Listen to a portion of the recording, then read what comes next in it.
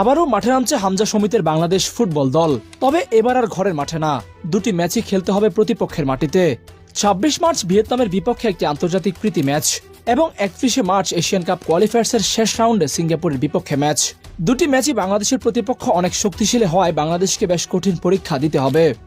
তার উপর তাদের মাঠে ম্যাচ। আসুন একটু দেখে নিই কেমন হবে বাংলাদেশের শক্তিশালী একাদশ। ভিয়েতনাম ফিফা র্যাঙ্কিং ১০৩তম দল। ২০২৬ ফিফা বিশ্বকাপে জায়গা পাওয়া কাজাকস্তানের চেয়ে এগিয়ে আছে তারা। আর সিঙ্গাপুর ফিফা র্যাঙ্কিং ১৪৮তম দল। অন্যদিকে বাংলাদেশ ফিফা র্যাঙ্কিং ১৮১তম দল। অর্থাৎ পরপর এশিয়ার দুই শক্তিশালী দলের মুখোমুখি হতে যাচ্ছে লাল সবুজরা।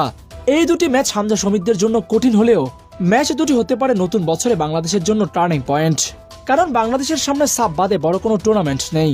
প্রীতি ম্যাচেও বাংলাদেশের প্রতিপক্ষ হয় নেপাল, ভুটানের মতো নিচের সারির দল। বাংলাদেশ যদি এই বছরের শুরুতে ভিয়েতনাম ও সিঙ্গাপুরের বিপক্ষে উল্লেখযোগ্য পারফরম্যান্স দেখাতে পারে তাহলে